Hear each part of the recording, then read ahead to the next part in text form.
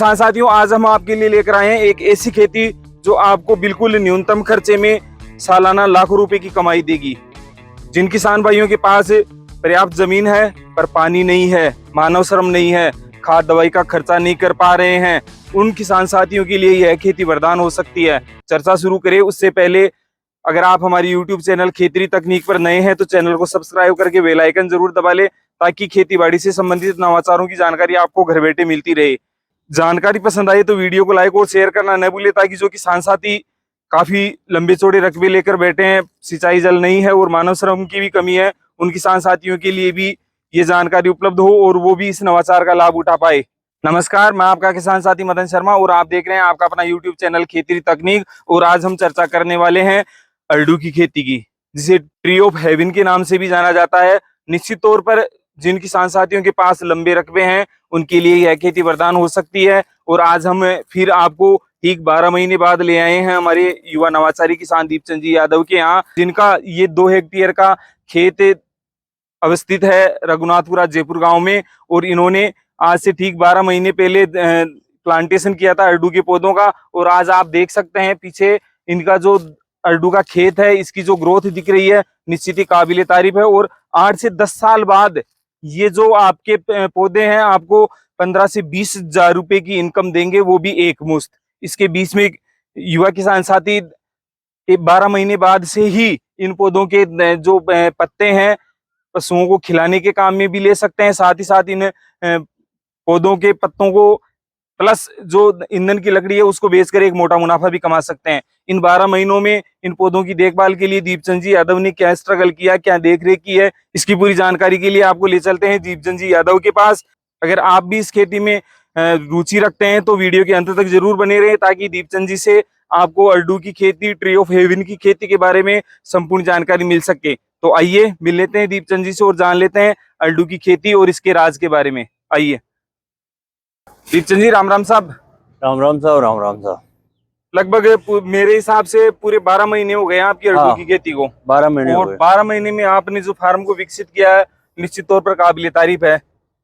तो दीपचंद जी, सबसे पहले तो हमारे किसान साथियों को ये बताइए कि आपने अरडू की खेती का चयन किया, तो चयन करने का क्या कारण रहा? चयन करने का मेन कारण ये है, एक तो जो जनमानुष की कमी।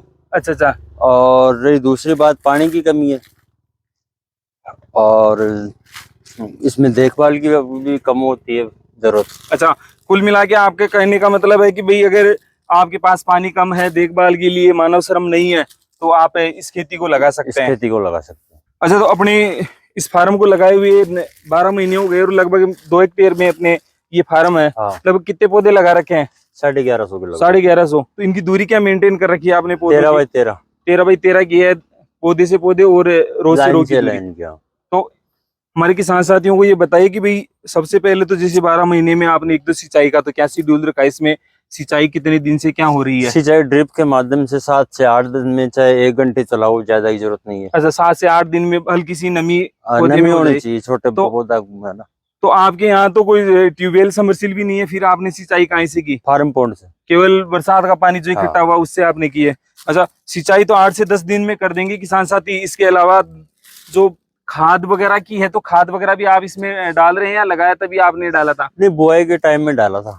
उसके बाद अब खाद की कोई जरूरत नहीं पड़ी? कोई जरूरत नहीं पड़ी खाद। अब किसान साथी देख सकते हैं, आप कोई भी फसल लगाए, कोई भी बागवानी फसल चुने, ट्रेडिशनल फसल चुने, उसमें खाद की रिक्वायरमेंट तो मस्ट रहती है, उसका खर्चा तो आपको करना पड़ता है। यहाँ तो अरडू की खेती में आपको खाद की भी कोई रिक्वायरमेंट नहीं है। और दीपचंद जी है जो केवल अपने फार्म पॉन्ड से 8 से 10 दिन में इसकी सिंचाई कर रहे हैं, इसके अलावा और काम इन्होंने नहीं किया।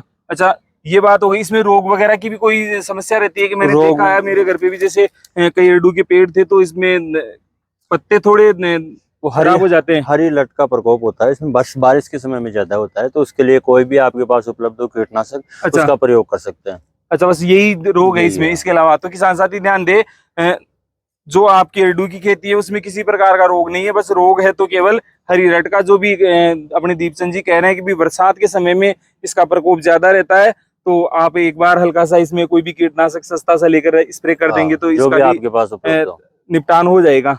तो इसमें जैसे दीमक वगैरह की या जड़ों में किसी प्रकार की कोई समस्या आपने देखी क्या इस 12 महीने में? ये दीमक वगैरह की तो होती है, तो दीमक के लिए तो कीटनाशक डालना पड़ता है। सिंचाई के साथ ही आप जैसे क्लोरो वगैरह है या ड्रिप के माध्यम से क्लोरो वगैरह या इमेडा जो भी आपके पास उपलब्ध हो जी वो डाल। और कोई महंगे इसमें कीटनाशकों की या दवाई वगैरह की जरूरत थोड़ी रहती है? कोई महंगे फर्टिलाइजर की आवश्यकता नहीं है। तो दीपचंद जी, बात हो गई सिंचाई की, खाद दवाई की, इसके अलावा इसकी कटाई छटाई का भी कोई विशेष शेड्यूल रखना पड़ता है क्या? कटाई छटाई के लिए जो पत्ते पीले हो जाए उसको तोड़ते रहो। उसको तोड़ोगे तो पेड़ की लंबाई अच्छी होगी। अच्छा। और नहीं तोड़ोगे तो वो लंबाई कम बढ़ेगी। तो किसान साथियों, जो मुख्य काम है आपके अर्डू की खेती में वो कटाई छटाई का है। मैंने कई फार्म देखे हैं जिनमें किसान की लापरवाही के कारण, कटिंग नहीं करने के कारण छोटे छोटे पेड़ रह गए और उसमें शाखाएं फैल गई, और शाखाएं फैलने के बाद स्थिति ये रही कि वो पौधा छोटा रह गया। और जबकि जब भी आप अर्डू के पौधे को आप मार्केट में काट के ले जाएंगे, तब जो सबसे मेन चीज है, आपका जो ये पेड़ है, आपका जो तना है, इस तने के ही आपको अच्छे पैसे मिलेंगे। तो विशेष ध्यान रखिए कि भाई तने की लंबाई को अपने को शुरू में 1-1.5 साल तक अच्छी ग्रोथ दिलानी है। उसके बाद फिर अपने को कटिंग नहीं करनी है। तो ये भी अच्छी जानकारी हो गई। अच्छा दीपचंद जी, इसमें जैसे आपने पिछली बार हमारे को बताया था कि भाई जो अर्डू का पौधा है उसमें अपन पत्ते या ईंधन की लकड़ी भी बेचकर सालाना अच्छी कमाई ले सकते हैं। हाँ। तो इसमें जो आप पत्ते वगैरह हैं वो कब से तोड़ाई स्टार्ट करेंगे? 1 साल बाद से। 1 साल बाद, यानी 1 साल हो गया। 1 साल 4-4 पत्ते तो अभी तोड़ते हैं, लेकिन वो कच्चे खिलाने योग्य नहीं है। अच्छा। वो थोड़ा जानवरों को नुकसान कर सकते हैं। जी। तो अब किसान साथी देख सकते हैं, दीपचंद जी कह रहे हैं कि भाई 2 साल 1 साल हो गया, अगली साल से ये जो पत्ते हैं उनको तोड़ना स्टार्ट कर देंगे। और तोड़ने का शेड्यूल ये रहेगा कि आप इन पत्तों को बेच भी सकते हैं, साथ ही अपने मवेशियों को भी खिला सकते हैं, कोई दिक्कत वाली बात नहीं है। तो दीपचंद जी, जैसे आपका ये अर्डू का पौधा कितने समय में परिपक्व हो जाएगा? 8 से 10 साल में। 8 से 10 साल में। हाँ। तो अभी जैसे आप एक स्वस्थ अगर अर्डू का पौधा मार्केट में लेकर जाते हैं काट के, तो लगभग कितने रुपए का बिक जाएगा? 8 से 10 हजार रुपए। 8 से 10 हजार रुपए का।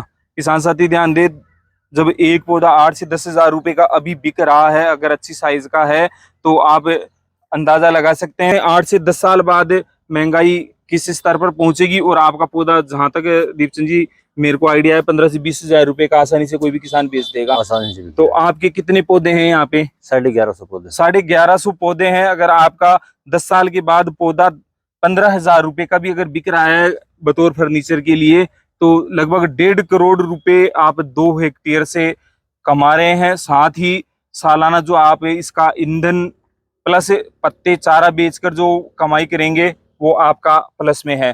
तो दीपचंद जी, किसान साथियों के लिए आप अर्डू की खेती के लिए कोई मैसेज देना चाहेंगे? अर्डू की खेती कर सकते हो, उसमें ज्यादा अगर मानव श्रम की व्यवस्था नहीं है तो अर्डू की खेती आराम, पानी कम है तो उसको भी करनी चाहिए। बंजर खेती में भी? बंजर खेती में भी हो जाएगा, कोई दिक्कत नहीं है। ना इसमें ज्यादा बीमारी होती है, ना कोई, बस ओनली खरपतवार को आप हटाते रहो, और कोई वैसे दिक्कत वाली बात है नहीं। अच्छा, जो खरपतवार है उसको भी हटाना जरूरी है? उसको हटाना जरूरी है, छोटे पेड़ में। अच्छा, छोटे पौधों में। हाँ, बाद में बड़े पौधे हो जाएं तब तो कोई दिक्कत वाली बात नहीं है। जो क्या है कि जमीन के पोषक तत्व है, तो वो खरपतवार भी तो ले रही है ना बड़े पौधे के साथ साथ। अपन जो भी पानी डालते, खाद डाले, कुछ भी डाले, तो वो खरपतवार भी तो हाँ पोषण खींच रही है जमीन से, उर्वरकता खींच रही है। और जमीन खराब भी हो रही है खरपतवार से। बिल्कुल। तो अब जैसे 12 महीने के आपके पौधे हो गए, अब इनकी सिंचाई की जरूरत रहेगी क्या?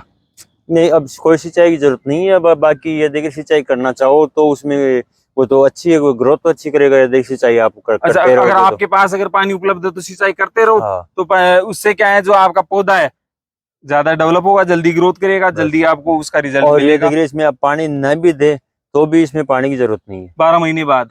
तो आप किसान साथी देख सकते हैं, 12 महीने तक दीपचंद जी ने केवल अपना जो फार्म पौंड है उससे वर्षा जल इकट्ठा करके 12 महीने में पौधों की जो ग्रोथ है आपके सामने है। और अब इसमें किसी प्रकार के खाद और दवाई की जरूरत नहीं है। अगर आपके पत्तों में हरी लटकी अगर कोई संभावना आपको दिखे तो उसमें आप स्प्रे करके उसका कंट्रोल कर सकते हैं।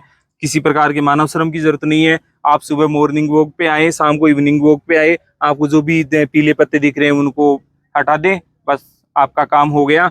10 साल के बाद जो आपको इनकम मिलेगी, जो एफडी मिलेगी, उसको जब आप लोगे तो निश्चित तौर पर वो आपके सुनहरे भविष्य के लिए एक आनंददायी क्षण होंगे। अरडू की खेती के संबंध में और भी किसी प्रकार की कोई जानकारी लेना चाह रहे हैं तो आप ऊपर आई बटन में दिए हुए वीडियो को विजिट करें। उसमें हमने दीपचंद जी से पहली पौधारोपण के समय की जो चर्चा है उसको दिखा रखा है। साथ ही अरडू की खेती के संबंध में अगर आप और भी किसी प्रकार की जानकारी लेना चाह रहे हैं तो हमारे दीपचंद जी के कॉन्टेक्ट नंबर हमने स्क्रीन पर दे रखे हैं, आप इनसे संपर्क करके इसके संबंध में और भी अनुभव ले सकते हैं। आज के लिए बस इतना ही, फिर मिलेंगे दीपचंद जी जैसे ही अनुभवी किसानों को लेकर जो आपको खेती किसानी के नवाचार तो देते ही देते हैं, साथ ही साथ आपकी खेती किसानी से एक अच्छा मुनाफा कमाने के भी आइडियाज आपको मिलते रहते हैं। तो तब तक के लिए सभी किसान साथियों को राम राम, जय हिंद, राम। जय भारत।